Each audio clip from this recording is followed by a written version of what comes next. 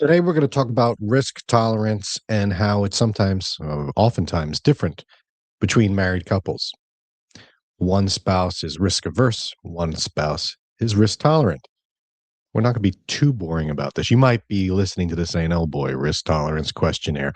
It's standard industry practice to do them, so you've heard of them before. But I'm going to go a little further into this conversation because you might be watching it saying, yeah, I can't get my spouse to talk about financial matters at all. They're not interested. Or you might be saying, watching this, my spouse thinks they know everything about this. They're not listening to me. And I want to get my opinion in there, but I don't know how. We're going to address that today. Let me bring in my co-host, Tony Shore. Welcome to the show, Tony. We're talking about risk tolerance. Woohoo! And the differences between married couples. Well, it is. I find it fascinating anytime we talk about couple dynamics or marriage, husbands and wives, Venus, Mars. We've all heard it. And I've 32 years of marriage sitting right here. So I've got that going for me. You're going to be our guinea pig on this one. Yeah. I'm more than happy. Have you ever done a risk tolerance questionnaire, Tony? Oh, yes. Both my wife and I have. You have? Yeah. Okay. So what do you, but before we get into what those are and how that experience was, you generally think that there is a men versus women type situation going on when it comes to risk tolerance, in your general opinion, without. Yeah, I mean, there's a stereotype out there, and stereotypes exist for reasons. And I think the stereotype is, it's not true in every case, but the stereotype is, I think the men are more willing to take risks with long-term investments, and women are not. Women are more apt to say, hey, we need to work with a financial planner, and men are more like, I'll pull up Robinhood. I know what I'm doing. Of course, we all know the stats. About 80% of people who invest on their own end up buying high and selling low. There's a chart. I just saw a graph that shows the performance since 26 or the stock market, the last 98 years performance, and what performed at what level. And the S&P is at, like, over that time period, I forget where it was. It was 14, between 10 and 16 somewhere. But I do know that individual investors was at 3% return. So versus almost all the other, it was pretty much the lowest on this entire chart of investment firms. They had Wall Street investment firms. They had the indices, the indexes, and they all outperformed individual investors. And that's because a lot of people think I'm going to do it on my own. But yes, I think men versus women, not to paint that picture, but it is a stereotype that women are more conservative. They want to play it safe, and men are like, Bitcoin. Well, then those are two extremes. There are studies on it. We're not going to go into the studies. We're gonna tackle. All right, let's acknowledge that these differences exist. Sure. What do we do about it? Yeah. I want to talk about specifically what to do about it. Okay. But the viewers might be saying, yeah, I would have outperformed the market had I not listened to this guy, my spouse, or if my wife wasn't so conservative, we would have done better, right? That's probably not right. No, that's probably not accurate. No, but I want to talk specifically about what to do if there's differences, or if there isn't, if you don't even know if there's differences. So we're going to take a little bit of a deeper dive here.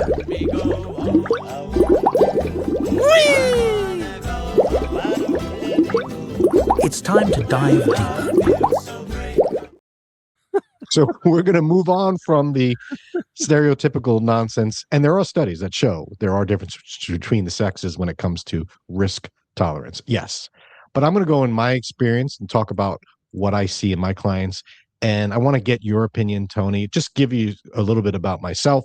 I have more of a financial background than my wife does. My wife has a degree in marketing. She's business oriented. So she's not ignorant to the financial world. She runs the household day to day. All the money goes through her. Sure. So the household runs typical. on my wife's back, right? And that's pretty typical. Yeah. But when it comes to investing and retirement planning, I do the decision making. And this right here is a problem. That dynamic is a problem for many, many people out there, many couples out there. Exact dynamic that my wife and I have. Is it? Okay. Now, you have done a risk tolerance questionnaire or done some sort of survey, right? Mm-hmm. And you said your wife has done them as well. Do you remember if you guys were similar or different in your risk tolerance? We were pretty close, but I'm actually more risk adverse than she Okay, is. so you're risk averse. Uh-huh. And then, are you the one making the investment and long-term retirement planning decisions for the family? We do it together now. But I mean, she looks to me for advice because I'm hanging out every week with Dan Wendell, so she knows that. And she has that effect. You do have that effect. Fashion advice, right? So she knows. She asks me about these things. She knows I'm talking to experts every day about it. When I'm doing work and financial co-hosting and voiceovers, and I'm hearing it every day, and I get a lot of different opinions. But you and I hang out on the show each week. You've covered a lot of this. We talk about it off air. But yeah, I mean, you know me, when it comes to long term and I see a big chunk of money that I'm saving, I don't want it to ever go down. Right. So you are risk averse. I can't gamble. Like unlike most guys I know now. I mean, everybody I talk to, they love to play the FanDuel or go to Vegas, and I'm like, no way. I've never played. People are like, lottery, it's up to $1.5 billion. How many tickets you buy? I'm like, I've never bought a lottery ticket in my life. And you have just as much chance of winning as they do, Tony. Statistically. So you're a perfect example. Now, how would the listener, you listening, know if you have a different risk tolerance than your spouse? It's usually a gut feeling. You got to know. But have you ever done a risk tolerance survey separately, individually? See, a lot of the financial advisors are requiring, and it's table stakes now. You have to ask the client what their risk tolerance is, and they're very boring. Yeah, and so, but it's all part of the question. The color of the camera, risk analysis. Right. I do it. Right, my wife and I have taken it separately and together. See, and that's the key. Taking it separately is extremely important. Yeah, but then talking about it and doing it together and coming up with a couple's risk tolerance. They should have individual first without discussing it, and then come together. And that's what we did. And your buddy Jeff Foley had us do that. I mean, that's exactly. I think that was smart. It is. And so what's happened is, most of the time, what typically happens, and I'm looking at you, listener, you are the one that's watching this video, so you're probably the financially astute one. Now, you could be the one that's lost and trying to catch up. That happens too. But you go in there and you meet with the financial person, or you make your financial decisions. You go online and get your data, and then you make the decisions based on your risk tolerance and what you think is best for the family. Because your spouse, well, what do they know? They're conservative. He's way too aggressive. I'm not going to go anywhere near that. And you make the decision. What Tony has described is exactly what should be done. You do your risk tolerance survey. Your spouse does the risk tolerance survey separately. And the key here is, Tony, there's no right answer. There's no right risk tolerance score. It's not like I got a 20 out of 100 and he got a 75 out of 100. Who's better? Who's right? Neither of you are right or wrong, right? The key is you just want to figure out where you stand. But then you're right. You need to then take the next step, which is, well, how do we compare to each other? And where do we get a uniform or a compromised tolerance level that we both are happy with? That's the key. But before you do that, so one of the tips I recommend. So if you've done one of these and you've each done one with a financial advisor or just on your own, and you're way off mark, before you get into comparing who's better, which one, why, ask yourself, what did you think about the assessment? And that's something I do with clients is, well, you answered that. What do you think about the question? Because that starts to bring out what's going on in the back of their mind. If the stock market drops 20% in a day, what are you going to do? Nothing. Sell immediately, buy more, right? Right.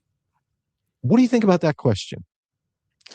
Well, actually, Tony, what do you think about that question? If the stock market drops in a day, what are you going to do? What?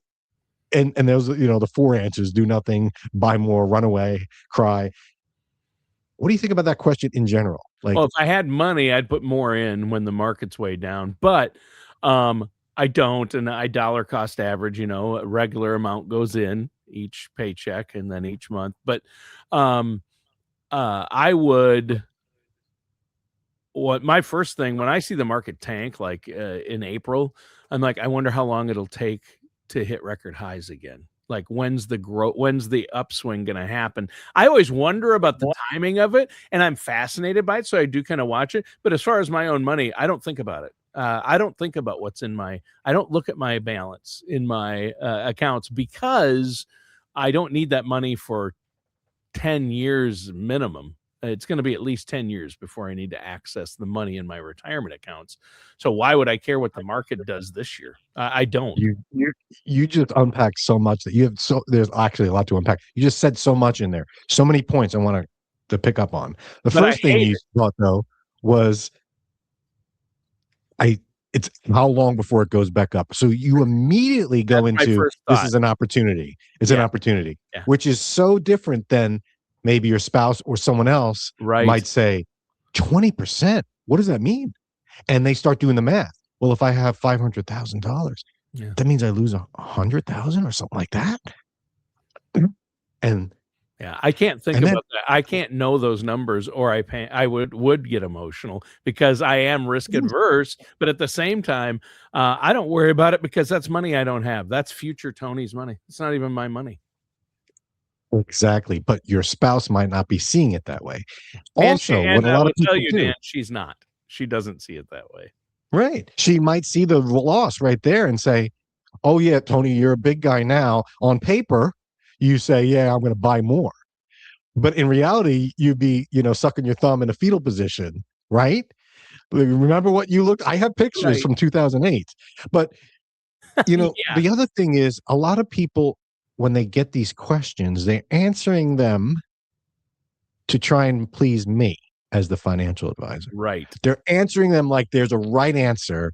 Oh, what does Dan want me to say? Yeah. And they'll even comment sometimes, well, I know what you're going to say, Dan. I shouldn't panic and I should buy more. That's what you're going to. We were guilty of, okay, what does Dan Wendell want to hear? Right? Yeah. It happens. You can't do that because the whole point is not to impress the advisor with your stoic ability to ride a wave. And you don't want to, mislead your spouse or say something that you hope your spouse will say so that you go argue about it. You have to be honest about these things. Yeah. And so, again, it's easier to say on paper than it is in real life. But the key is there's no right answer. So the other thing I ask people is, well, would you have answered that question differently 10 years ago? And let's fast forward 5 years. Now that you're getting closer to retirement, would you answer that question differently at that point? And of course, no one knows what they'll think in the future, but they can reflect back and say, oh yeah, in my 20s. And so instead of there being a right answer, you should definitely buy more, or you should sell now and get out of the risk. Instead of there being a right answer, it's, oh yeah, it depends on where I'm at the time. I'm going to react based on what my values are, what age I'm at. Am I still working? Your risk tolerance changes as you mature and get older. And so that starts to bring in, well, what is the real value? What are we trying to get here? The main point of doing risk tolerance for a lot of financial advisors is to check the box so that the regulators are happy, that they know you asked them, you did what, right? But the real reason to do the risk tolerance is to design a portfolio that matches their goals. And the risk tolerance is going to be something that can throw you off your goals. So, Tony, as an example for you and your wife, you're saying, I'm going to retire in 5 years. Your wife says the same. Maybe she has a different goal. Maybe she's younger. She wants to work 10 years. All of a sudden now there's going to be a difference. Oh, well, I'm not going to work anymore. I need to have my assets at less risky. And she's thinking, I'm still going for 10 years. I don't need this money. I'm going to let it go. So now we're starting to look at what's the risk tolerance as it aligns to what we're trying to accomplish, our goals. So the different long and short-term goals are what really leads to the conflict. The risk tolerance is going to pop in there and say, how close are we getting to our goals? Right. And the reality of what's the market doing and is it impacting our goals? You can't just compare risk tolerance is what I'm saying. You got to compare your goals as well. I think that's the key right there, Dan, is you have to look at, what are your goals for retirement? What are your goals for that money? And it ties into every aspect of who, your beneficiary designations. Do you have a trust? Because that money, if something should happen to you, what are your goals for your kids for that money? You need to set all those out, and communication is the key. And I've learned that over the years that that's the key. And I think the solution, though, to the problem you've presented, the biggest solution isn't, I know you said take the separate, if you're going to do one of those risk tolerance things, take them separate and then compare, and then come together on, okay, where can we go from here? But the way to do that, I think, and correct me if I'm wrong, Dan, if you work long-term with a trusted financial services professional, and get to know someone like that, like a Dan Wendell or our buddy Jeff Foley, and they get to know you and your spouse, and you have regular meetings with them, then you can say to them, okay, here's where I'm at, here's where she's at, take the separate ones, and then say, here's how much we have, here's when we want to retire. What's the best way to invest that money? Do we need to be risky? Do we need more safety? And it's a big if. You got to find somebody you can trust and make sure they're a fiduciary looking out for your best interests, and get to know them. Hopefully they have a podcast or a radio show. You can listen to them for a few weeks and say, oh yeah, I like this guy's take. I think he's going to do the math and figure it out for my individual situation. He doesn't use cookie cutter. Because I'll be honest, what we did is we didn't decide. We asked a professional and let them help us decide, right? That's right. And the purpose of a financial advisor is to craft an investment plan or proposal that is designed to get you to your goals. Right. The risk tolerance is secondary. So a lot of advisors will give you the risk tolerance. Oh, you scored really, you're risk tolerant. We're going all in. Why? I don't need the risk. Yeah. I'm like, just because I am risk tolerant means that I should be all risky? Or, my wife's not risk tolerant, but I am. But so let's just do it because I'm the louder person in the room. That's one of the other things I like to do. If I know that there's someone that's dominant, less of the financial person. Yeah. So in my case, it would be my wife. Less dominant with the financial. I would say let them talk first. Yeah. So if you're watching this and you're like, I'm going to go meet with an advisor, and my wife is really the financial person, and I'm kind of I would suggest that you speak up first, and or the advisor needs to see that and promote you first, because you don't want to say things to make your spouse happy. You want to say things how you feel, and then the advisor will work with you to craft the plan. And then say we craft a plan, Tony, for you and your wife. I'm going to say, you know what? We need this level of risk, and if the market tanks, you know what? Tony's going to freak out, but his wife's not, and so I know that. So let's get that on the table. And here's why, Tony. Remember, Do you want to work longer? No. Okay. Then you're going to need to take that little bit of risk. So you got to manage that, right? So we have conversations about how the goals are being met or not about your feelings on the risk. It's secondary. And it's such a nuance, but I think you're right. The key is both need to communicate. You don't craft a joint risk tolerance. You craft a joint investment plan, knowing your two different risk tolerances and how they're bouncing off each other. Right. And I'm glad you've gone through that. But if you are listening and you haven't gone through this, if you've been dominating your spouse in terms of financial decisions, know that that's going to come back to bite you. And a lot of people think, oh, well, what's going to happen is I'm going to die and then my spouse is not going to know what to do. And I hope and pray that they do the right thing. That's not a good strategy. Get your spouse involved now. Well, my wife doesn't want to be involved in these discussions. Is that true? Or she just doesn't want to be talked over or doesn't want you to dominate the conversation. Maybe it's time to take a step back. Yeah, that statement is like her telling you, you don't need to get me anything for Christmas this year or my birthday. Yeah, that's not true. I don't know what that means. But that means that I don't have to, right? Am I missing something there, Tony? You're clue me in here. We're You're bros. missing a lot. Am I? Yeah. Oh, yeah. boy. If your spouse tells you they don't want anything for their birthday or Christmas, especially if it's a wife, you buy her something. You don't listen to her. So I think, Tony, just to wrap this up, the conclusion is this is standard procedure and financial advisors do them. You could do them on your own. I recommend going to a financial advisor and having this conversation because it's always good to have a neutral party to kind of balance. A good financial advisor, financial planner will see the differences and draw out, not to get conflict going, but to avoid conflict in the future. If we see someone not commenting and giving a little vibe of, that's too risky, let's bring it out now so we don't have drama down the road. So keep the harmony, be proactive, and like Tony said, you got to compromise. You got to. You can't just do what you think is right, especially for financial advisors too. Like, I'm not going to say this is what you have to do because that's just the way I am. I have to factor in their situation and their portfolio. I mean, it's not my money. It's their money. It's not my goals. It's their goals. And I got to make sure that's all working together. It's a compromise, which is not exciting. It's boring. It's not fun to say. But I will say this, Tony. I've seen a lot of people, single people, who are picking up pieces because they never had the conversations.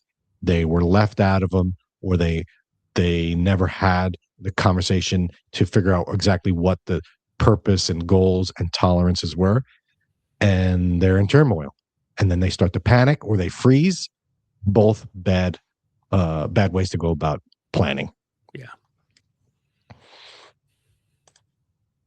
That's it. I hope you, and I'm glad you and your wife have gone through this. If you're still listening, call up someone, get your spouse in the same room, have these discussions. It's going to work out. It's going to make life so much easier in the end. It is. And get a good coach. I'm not going to name names, Dan Wendell, but I know a guy. Yeah. I would be happy to mitigate. I'm not a marriage counselor, but I sometimes play one on YouTube.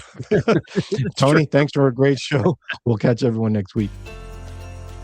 All matters discussed in today's show are for informational purposes only. This show is not investment advice.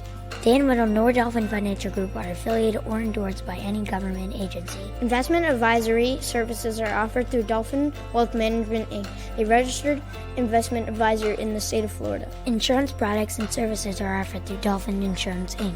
Dolphin Wealth Management, Inc. and Dolphin Insurance, Inc. are affiliated companies doing businesses as Dolphin Financial Group. You should talk to someone at Dolphin Financial Group before implementing any of these strategies or ideas.